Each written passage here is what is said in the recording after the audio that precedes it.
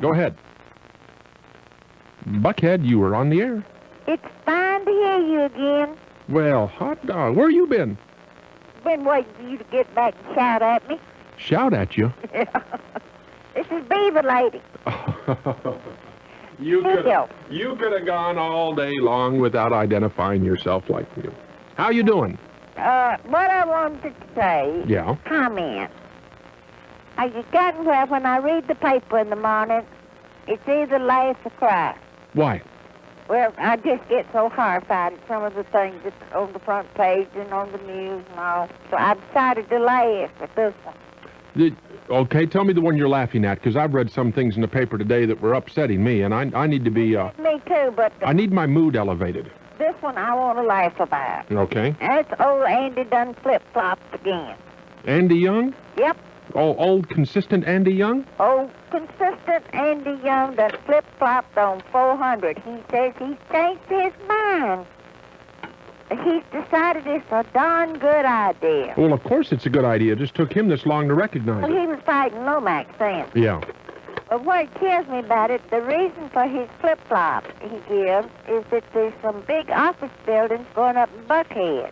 Uh-huh. Well, they were on the planning stage there when he was fighting it. But he thinks we're stupid enough not to know this. He's the only man I think I've ever known who's stupid enough not to recognize. Now, we can't call him stupid. Why can't I? Well, he couldn't have gotten where he is and be stupid. Yes, he could. Look at the stupid people up there with him. You're not real high on the Young administration, are you? Well, not only him, but I just wanted to laugh about it. You know, even his flock, they're beginning to catch on. Did you read Dick Williams' column this morning in the morning edition of the Atlanta newspapers? Is it in the Constitution? Yeah, that's the morning edition. Haven't gotten to it. I can't wait. Something about Andy... No, pardon me. I'm sorry. It was yesterday afternoon. I don't get the journal. I don't either. I just happened to pick one up, and it had a column in there about Andy Young and why all of a sudden he's so interested in rapid rail lines, bullet trains. Read it. Might make some... He made some kind of an off-stage comment the other day on House show about he was setting his brother up in Paris when he was over there talking to Francois Mitterrand. Well, that's what Dick Williams was referring to, so you might want to read that. It's interesting. I congratulate Dick Williams for digging and finding things like that. 231-1977. Somebody has informed me that these savings and loan institutions in Ohio that are experiencing this run right now are not, in fact, federally insured. Only a percentage of the deposits are insured by a private organization.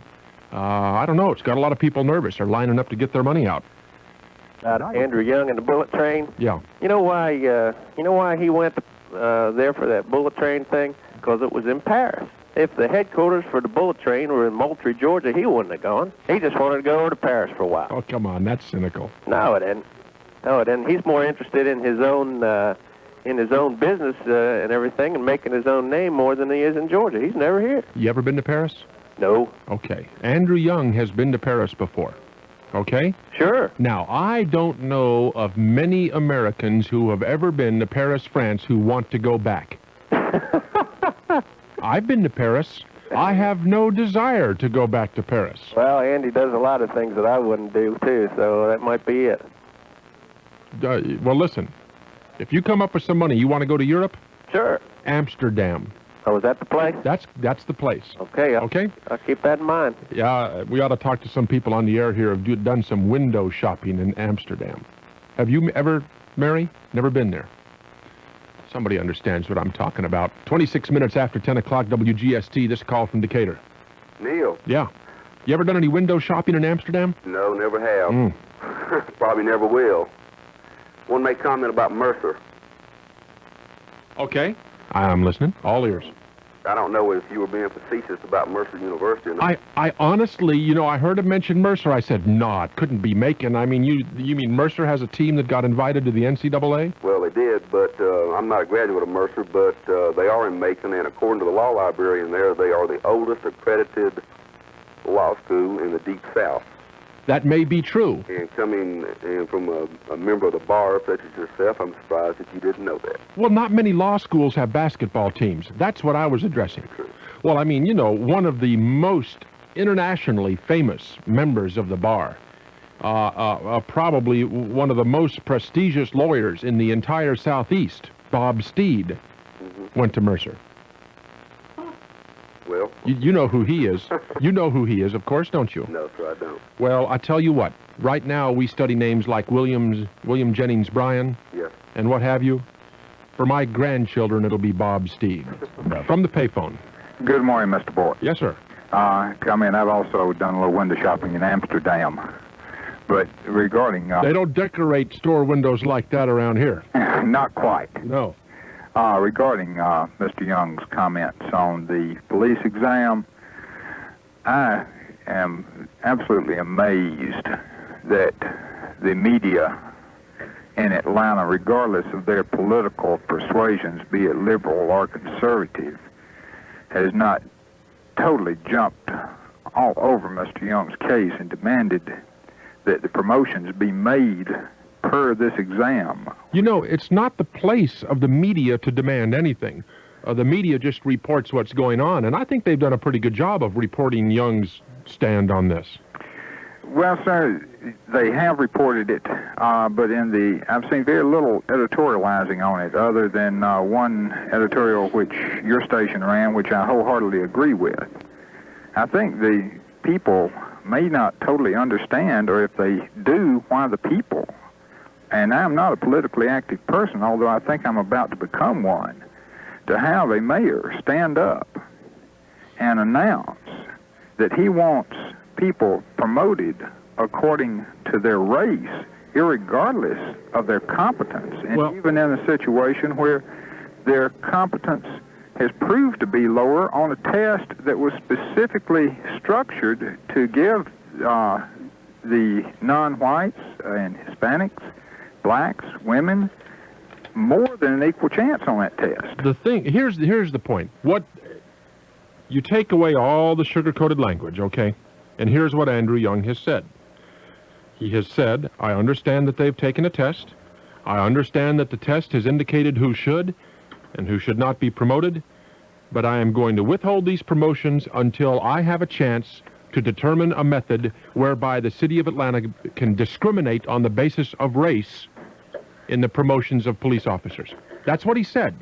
Now, if the people of the city of Atlanta want to accept that, if they want to accept a mayor who is intent on engaging in racial discrimination, racially biased practices like that, fine, let them have it.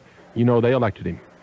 Well, sir, I totally agree with your viewpoint, and I'm appalled at even the black community. Now, I'm white. My business partner is black. I have no racial prejudice whatsoever.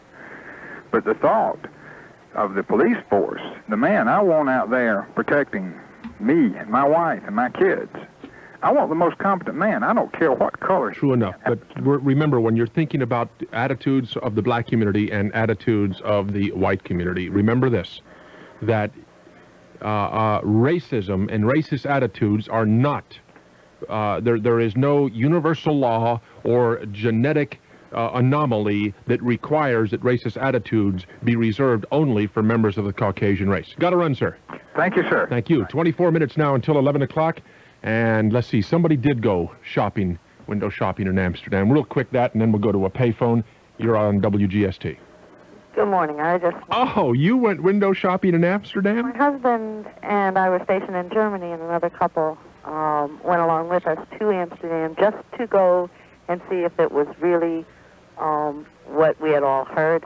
Well, my wife was with me when I was window shopping in Amsterdam, and the people in the windows did not appreciate her presence. Well, it was funny because when we went, it was 10 years now ago that we went there, and at that time they had a movie theater there that also had a revolving marquee, and it was explaining what you could see in this movie theater besides the live acts that they had as well incorporated into this afternoon of movies. And do they decorate the windows any differently for Christmas? I mean, do they hang ornaments or anything like that? In fact, they do, and they also have a celebration over there about this time of year where the tulips are coming out and everything, and they celebrate and they decorate those windows. With tulips. Uh-huh, and I actually saw a man who did more than window shop. Well, you don't... While they were watching Well, now... TV, I saw the man transacted business. Oh, my goodness. Well, you must understand that if you're offering this merchandise for sale in these establishments, certainly one must assume that there is a market. Oh, yes, I agree. I think that, well, I was very pleased with what I saw. Been a market for... So was I. The commodity that they were selling was, as far as I could see, it was a very well-organized situation. Mm-hmm. It's sort of like this situation in the counties in Nevada Look at it this way. that legalized the same commodity. Those retailers really don't have any inventory control problems, do they? No, I would imagine not. But they do have some overhead over there that usually isn't thought of. Yep, well, that's probably true. Thank you so much, ma'am. You're welcome. 231-1977. You can give us a call. What went good for you this week? It must have been a good week for you somehow. You're on WGST from a payphone in Lilburn. Yes. Hello, Neil. Yeah. Good to hear your voice again. Thank you. Yeah, I finally passed biology. You... I know that doesn't sound, unprecedented or anything like that, but I mean, it's been something that, it's my second time up at bat, and I finally scored through with a C, so... When I was trying to get through Texas A&M, it took me 2 tries to pass Chemistry 101. Well, I was afraid if I flunked again, I'd end up on the dissection table, so, I had a little bit more incentive this time. I haven't been able to pass chemistry since then. I'm all the time people telling me I just don't have, there's no chemistry between us, stuff like that. But there wasn't in college either. Oh, one thing I was going to ask you about, maybe you could recommend who we should get in contact with. Last night, my wife and I spotted a liberal running across our lawn out in East Cobb County, and I was just wondering, who we should report that to. I'm certain that there is a liberal-ish law in Cobb County. Well, I hope so, because we were rather, upset about it. We didn't want him, attacking our kids or anything like that. Well, there wasn't any foam around the mouth or anything like that, was there? Fortunately, we were inside, and he was, a little bit of ways from us. But did he cut a wide arc around your garden hose? No, he didn't actually get on our lawn, but he was over at our neighbors, so. But they're from Michigan. I think they brought it down with them, I'm not sure. All in all, give me a neighborhood full of pit bull terriers. Okay. Let's see. Let's go to Doraville. Neil. Yes, ma'am. Every morning this week I've awakened and I've had a good night's sleep, had lots of food to eat. My children all tell me they love me. Now that's great. That is really great. I've had great things happen to me this week. How many strokes do you get a day? Oh, lots and lots. Do you really? Yes. A lot of people don't get any. Oh, that's terrible. Isn't it sad? I was told at a seminar a few years ago that 3 hugs a day keeps depression away. Yeah. I get at least 10 times that many. Hugs are very important to me. And, there is something really nice about a nice hug, isn't there? Mm-hmm. Now, I'm not trying to pick up on Abigail Van Buren's line. I think that there's things that are better. well, But you can't, you're kind of restricted, like in a shopping center, maybe just walking up and giving somebody a hug. Well, I discussed that with my husband, and we both agreed that if we had to have one or the other, what she was talking about, Yeah. if we were restricted to one or the other, that we'd prefer hugs. What? If Hello? Yes. So it must be something wrong with the phone line. No. I can't go through a day without a hug. It just can't happen. Or several hugs a day. Mm-hmm. But I can go through a day without the other. Oh, that reminds me of the line in the movie The Big Chill. Okay, about generalizations. Yeah. You remember what the guy said? Somebody said, "You're generalizing." Mm-hmm. And he said, "Of course I am. Generalizations are important. Generalizations are more important than sex." Mm-hmm. And the other guy says, "Oh, yeah?" And the other guy says, "Right. Have you ever tried to go through a week without a good generalization?" Yeah. And he's got a point. Yeah, I'm telling you, you think about it. How would you like to go through a whole week if you're used to it daily from 3 children, a husband, friends, other family members, without hugging? Oh, yeah, and you're right. I would not like it, and I also don't like going a week without a big wet lick from my golden retrievers either, so... If I had a golden retriever, I probably would love that, too, You ought to get one. They're great dogs. Oh, well, I probably will some kind of a dog pretty soon. Pit bull. No, I don't have much compassion over things that are going to chew my children up. When I got the golden retrievers, I was actually looking, I wanted to buy a hedgehog. But I couldn't find any place in Atlanta where you could buy hedgehogs. I checked every pet store. I checked bizarre pet stores. I checked common pet stores. Even went to the zoo. And they said that as far as they knew, there was only one hedgehog in the city and it was unavailable. But I tried. Thank you, ma'am. You're welcome. Bye-bye. It's about 14 minutes until 11 o'clock. 231-1977. You're on the air. Jim? Yeah. Neal. Oh, Neal. Yeah. I just called you Neal. I mean, I'm living in southwest Atlanta now. What good, something good that has happened to you this week? What's good? I mean, it's not good. I mean, I'm just asking you a question. What do you think about these executions is what I'm talking about? I'm all for them. Okay. I mean, every time a black man is executed, I mean, there's a big... It's not black men, sir. It's not black men that are executed. It's not white men that are executed. It's murderers who are executed, sir. There have been several white men executed in Texas. No, sir. Sir, look. I've been there squawk about it. Let me ask you this question. Now, let me ask you this. You seem to be wanting to identify the people who are being executed as being black men or white men. If you are talking about the fact that they're being executed, then identify them in relation to what is happening to them. They are being executed not because they are black. They are being executed not because they are white. They are being executed because they committed a crime, usually murder, and have been convicted of that crime. Why don't you identify them by height if you want to identify them by something else, or shoe size, or sexual preference? Yeah, that's right. I mean, but how about this here boy that kicked that girl, Miss Bosch, to death over here? The one where they had the fire? Huh? The one where they had the fire yesterday? No, I mean, Reverend Bosch had the preacher out here. Oh, you mean Yeah. I know. Okay, that's the Decatur case, Amp Wiley. And, yeah, Amp Wiley, he kicked that girl to death. And he gets, 7 years he'll be released on parole? Well, no, sir, he will not be released on parole in 7 years. The law says he may be eligible, but there are other people who will, who will pass on that. Amp Wiley will never see the light of day outside of custody again as long as he's alive, I dearly hope. Somebody's going to correct me here, I believe, on the Big Chill story. 11 and a half minutes until 11 o'clock, and you're on WGST. Neal, it's good to hear you on the radio again. Thank you. I don't know how you endured all that time with Tom, what was his name? Anyway. You ever heard of Purgatory? It was the Big Chill. It wasn't a generalization. It was a rationalization. You're right.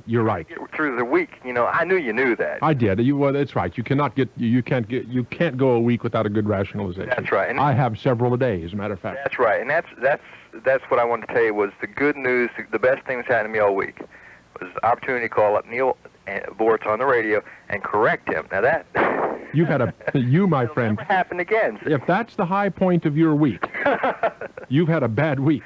It was rough, but have you seen The Breakfast Club? No. Did you enjoy The Big Chill?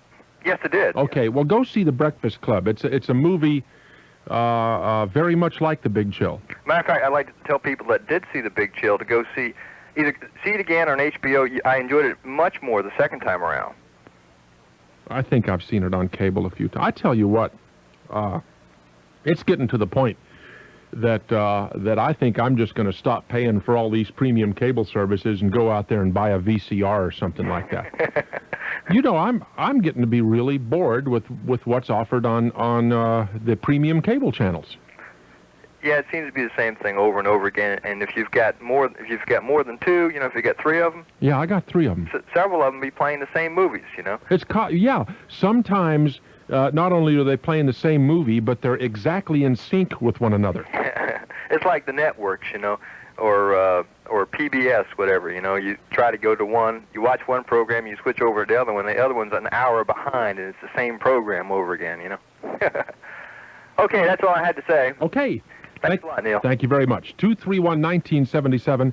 In a second, we are going to talk to Dave Carwheel of Columbus, Ohio, with radio station WCOL up there. We're going to get a little insight on this apparent run on savings and loan institutions. So, Yes, I can. I understand that you have just had a meeting with Governor Richard Celeste of Ohio about this apparent run on some savings and loan institutions there. What in the world is happening up in Cincinnati and Ohio? Okay, well, what happened up here, the governor first made the announcement in Cincinnati, went to Columbus, he's heading to Cleveland now. Earlier this week, the Home State Savings Bank, based in Cincinnati with branches around the state, was ordered closed because of the collapse of a financial institution down in Florida where it had a lot of funds. So they closed the doors, and people have not been able to get to their money in this one institution. And this has scared a lot of people around the state, and we were seeing additional runs on institutions that weren't involved, savings and loans that were state-insured.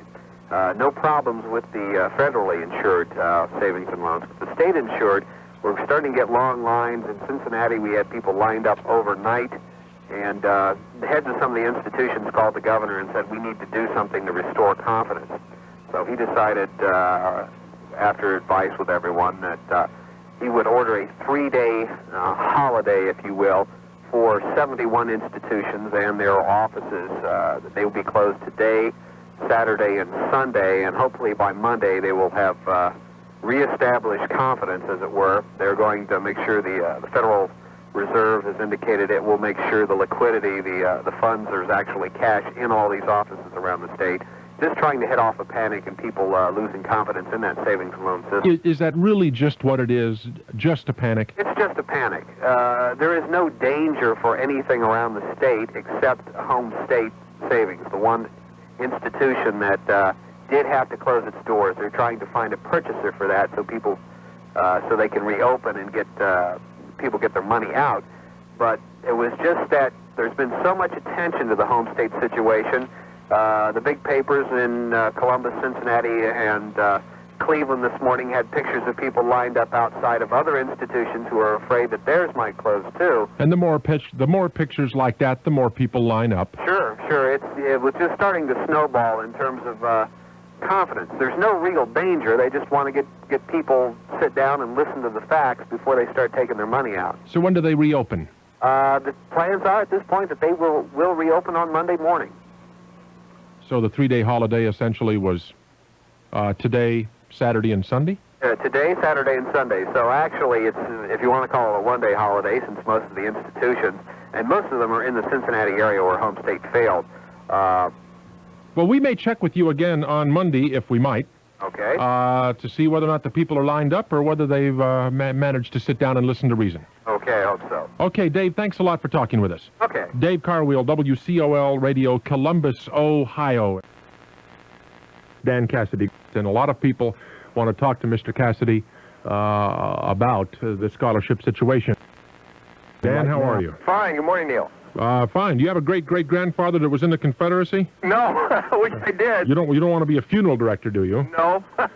But those are just some of the more unusual ones, I suppose. What is the object of a National Scholarship Research Service? Well, the main goal is to link students all over the world, from high school juniors to postdoctorates, with private sector funding. And this money is from corporations, trusts, memorials, foundations, religious groups, totaling over $15 billion in the U.S., and making up 35% of the U.S. educational support today, in which they're finding over a third of that money is going unclaimed, $6.6 billion. Now, some of it's rather bizarre money, isn't it?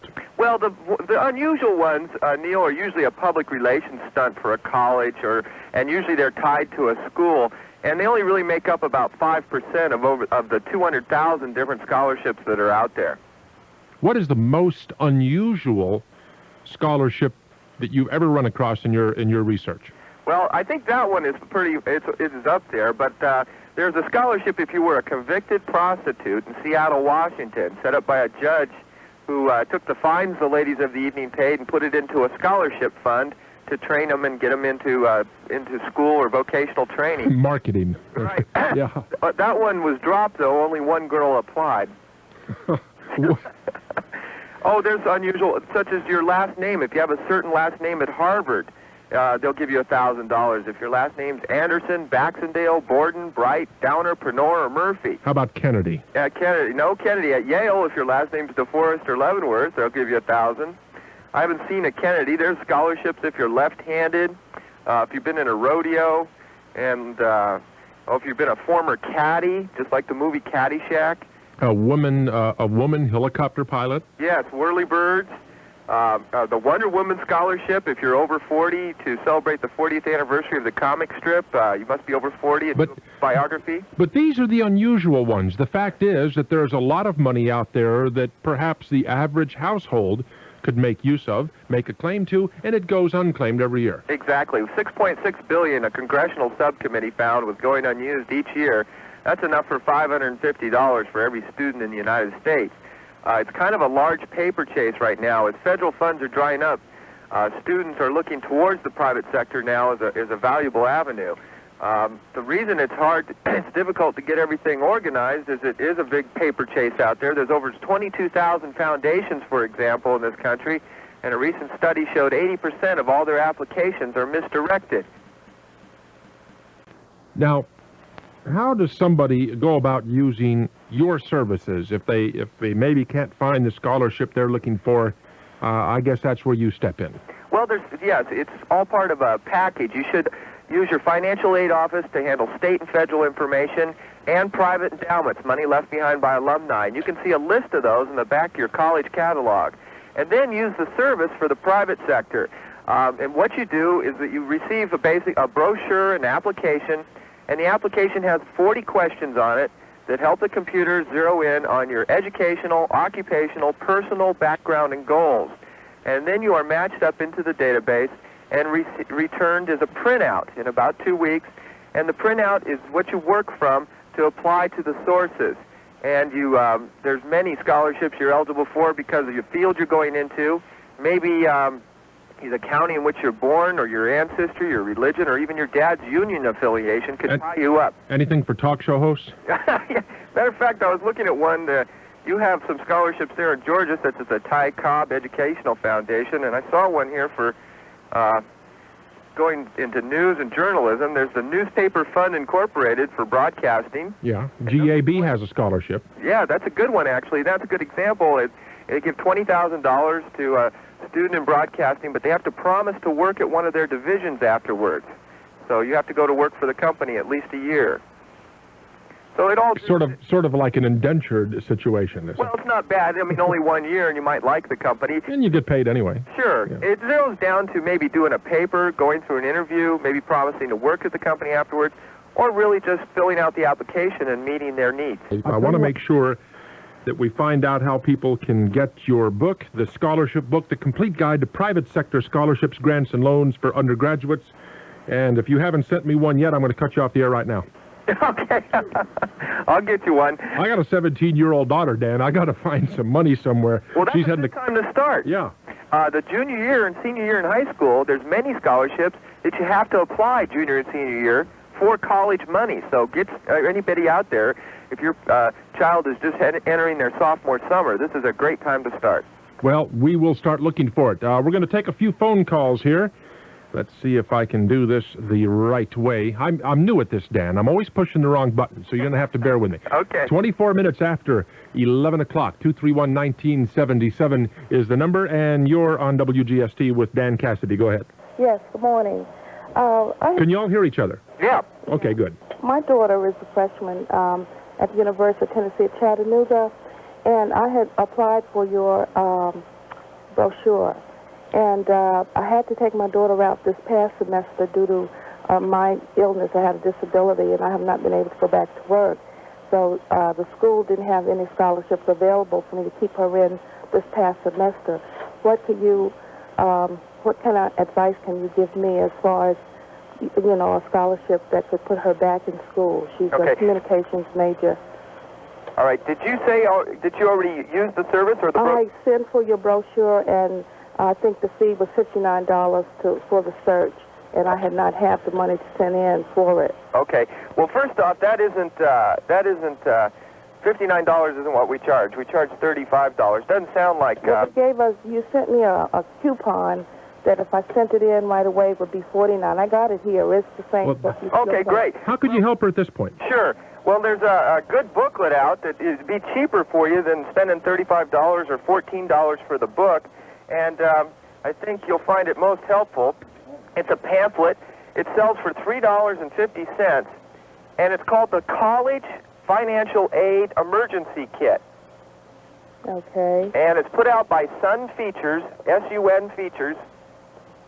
Okay. At box 368, Cardiff, C-A-R-D-I-F-F, California, Cardiff, California, and the zip is 92007, and it's a 52-page booklet, so it's pretty good value for your money, and you get all sorts of information, and there are at least 20 scholarships listed in there that should be general enough in nature to get involved in. Uh-huh. Okay? All right. Now, Ma'am, we're going to try to squeeze in as many calls as we can, if you don't mind. We've got NCAA basketball coming up in about 20 minutes, and a lot of people want to talk to Mr. Cassidy about the scholarship situation. And you're next on WGST. Go ahead. I heard you say something about your ancestors in the Civil War. Great-great-grandfather. Well, or great-grandfather. My grandfather was. Well, you want to give it a shot here? Yes, I would like. Okay, it's the United Daughters of the Confederacy. Okay. At 12404 East... 2 zeros? I'm sorry, 12404. Oh, 04. Okay. East 33rd Terrace. Just a minute. Okay. East 33rd Terrace, and that's in Independence, Missouri.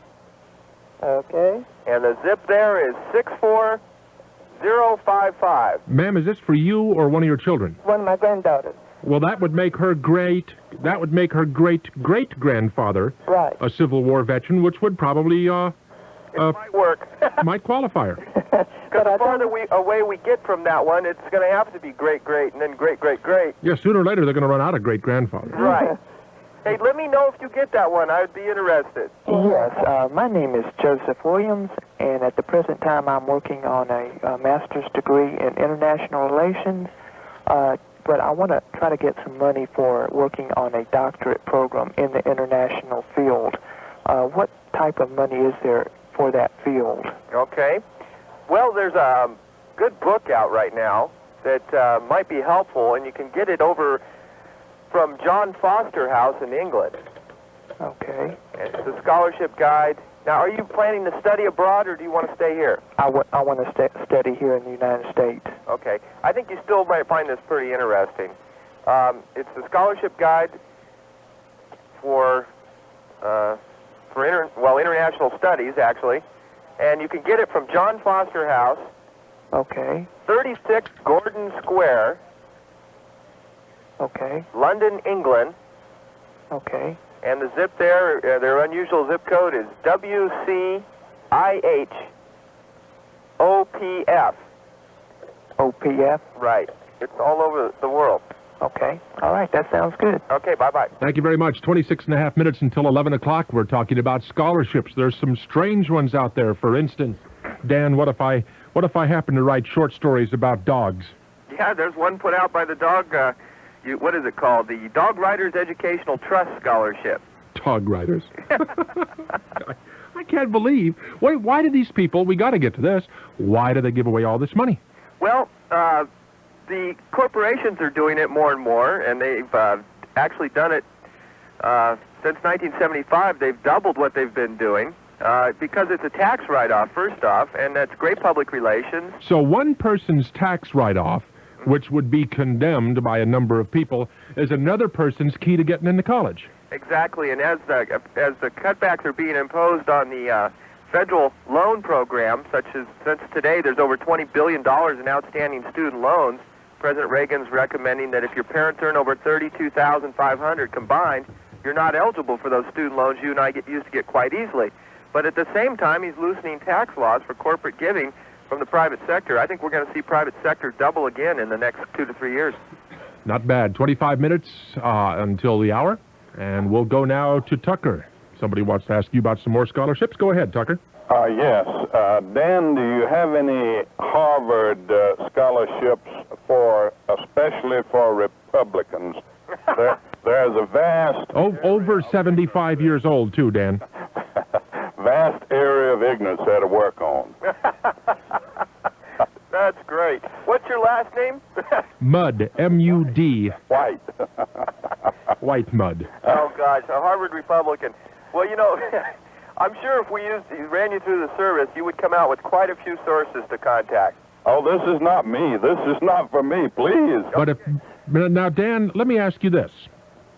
Do you have any scholarships available for old geezers with talk show fetishes? Or people who are hooked on C-SPAN? I don't know. We got some sad people out there. Well, who's this for, Tucker? He's talking about me, Dan. I know he is. I just didn't want to mention it. Okay. Okay, thanks a lot, Carl. Let's see. Nursing. Okay, here we go. Nursing Educational Conference is the name of the organization. And their address is 254 West 31st Street. And that's in New York, New York. And the zip there is 10001. And that's a free brochure. Okay, well, thank you so much. You're welcome. Dan, I'd like to stop my law practice, close it down, stop this talk show stuff, and become an astronaut. An astronaut? Yeah. Now I'm 40 years old, or I will be in a couple of weeks, and in disastrous health. Are there any scholarships available for me? Boy, for an astronaut, you know. Well, how about just a commercial airline pilot? You know. Well, something simple. Yeah, something simple. God. I'm sorry. I know that some people are just beyond help. Let's take this last phone call from Grant Park. Go ahead. Good morning. What can you tell me about Dartmouth College and policy of grants for American Indians? Okay. First off, there's a place you can write for the from the Bureau of Indian Affairs and get all the information on that. And that's a free brochure from the U.S. Department of the Interior.